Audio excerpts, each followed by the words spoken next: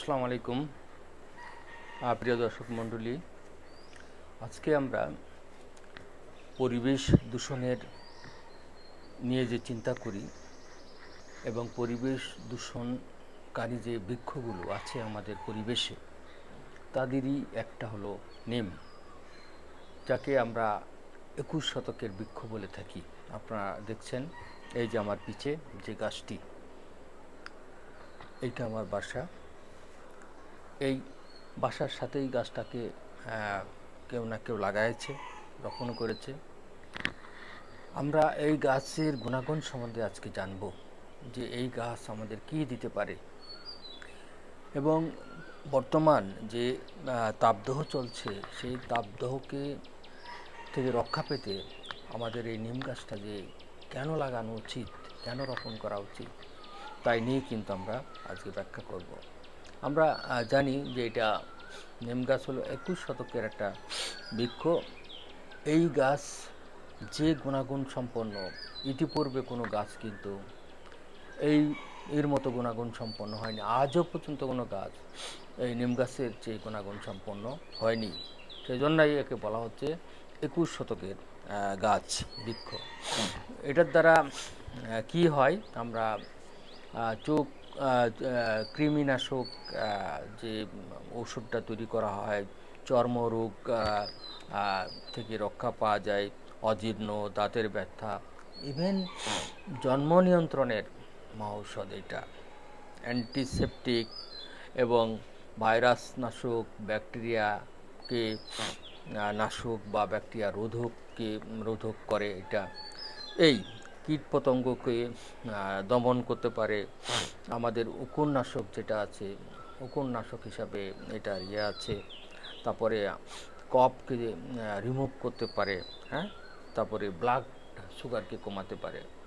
আমরা এইগুলো আমরা রোগ নিয়ে বললাম। আমাদের যেটা সবচেয়ে বেশি দরকার সেটা হলো পরিবেশ। সেই পরিবেশের রক্ষায় নিম আমাদের কি কাজ করে? কার্বন ডাই অক্সাইডকে শোষণ করতে পারে সবচেয়ে বেশি পরিমাণে। সালোক সংশ্লেষণ প্রক্রিয়ায় যে কার্বন ডাই অক্সাইড আমাদের গাছের জন্য লাগে, বা প্রাণীরা যে কার্বন ডাই অক্সাইড, বা কলকারখানা থেকে যে কার্বন ডাই অক্সাইড নির্গত হয়, সেই কার্বন ডাই অক্সাইডকে কিন্তু বেশি পরিমাণে শোষণ করতে পারে। তার সাথেও আমরা আরেকটা বলছি যে অস্বাস্থ্যকর পরিবেশ, বিষাক্ত পরিবেশ, এইটাকে ভালো করার জন্য, মনে করেন একটা অস্বাস্থ্যকর পরিবেশ আছে, সেখানে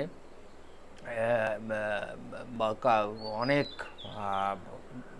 রোগ জীবাণু আছে, বা অনেক কার্বন ডাই অক্সাইড আছে, নাইট্রোজেনের অক্সাইড আছে, সীসা আছে, এইগুলো আছে। সেখানে আপনি এই গাছটা লাগালে কিছুটা দূষক পদার্থ হিসাবে হবে।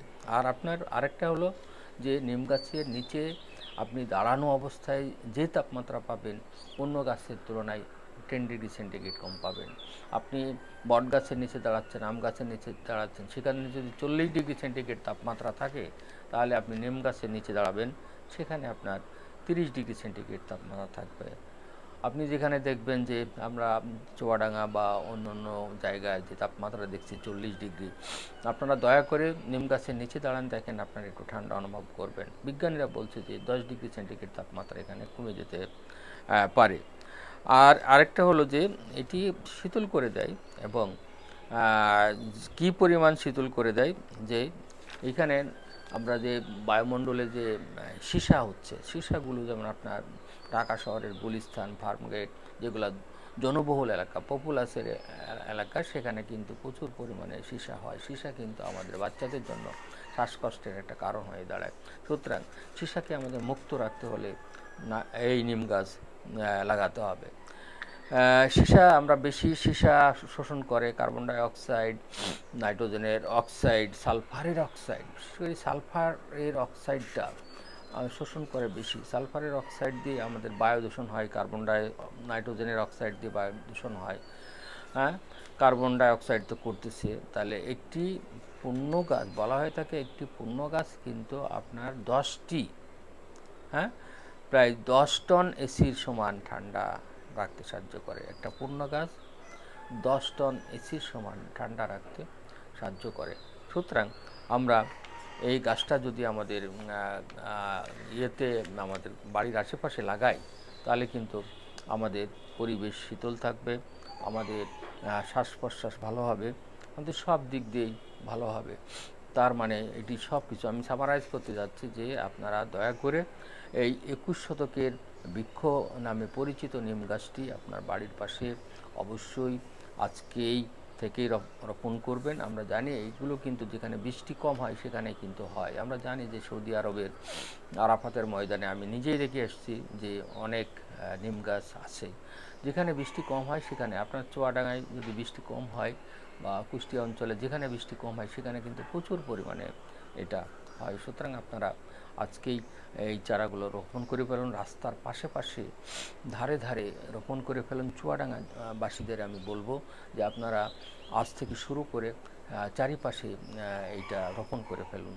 হ্যাঁ, যেহেতু এটা দিয়েই কিন্তু আপনাদের তাপমাত্রা অনেক নিয়ন্ত্রণ করা যাবে।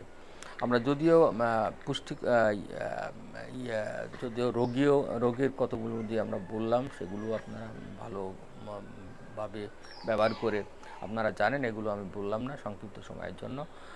এগুলো আপনারা করবেন, যেমন কৃমিনাশক আছে, জন্ম নিয়ন্ত্রণ কীভাবে করতে হয়, কতটুকু খেতে হয়, তারপরে হলো কফ রিমুভ করার জন্য কতটুকু খেতে হয়। হ্যাঁ, এগুলো আপনার দরকার হলে ডাক্তারবাবু বা পাশের কারোর সাথে যে এক্সপিরিয়েন্স তার সাথে একটু পরামর্শ নিয়ে খাবেন। উল্টাপাল্টা খেলে কিন্তু আপনার লিভারের সমস্যা হতে পারে। সুতরাং কম খাবেন, হ্যাঁ, রস খেতে পারেন, কতটুকু খাবেন এগুলোও কিন্তু আপনাকে জানতে হবে ভালোভাবে। হ্যাঁ, তা সুতরাং আমরা পরিবেশ রক্ষায় যে নিম গাছ সেটাকে কিন্তু আমরা আজকে বললাম। আপনারা দয়া করে এই নিম গাছটা আপনার বাড়ির আশেপাশে লাগাবেন। আপনারা দেখতেছেন যারা বিদেশ থেকে দেখছেন আমার ভিডিওটা, যে আমার বাড়ির পাশেই কিন্তু এই গাছটা আছে। আমি সকালবেলা এই ভিডিওটা আপলোড করতে সবাইকে ধন্যবাদ জানাচ্ছি।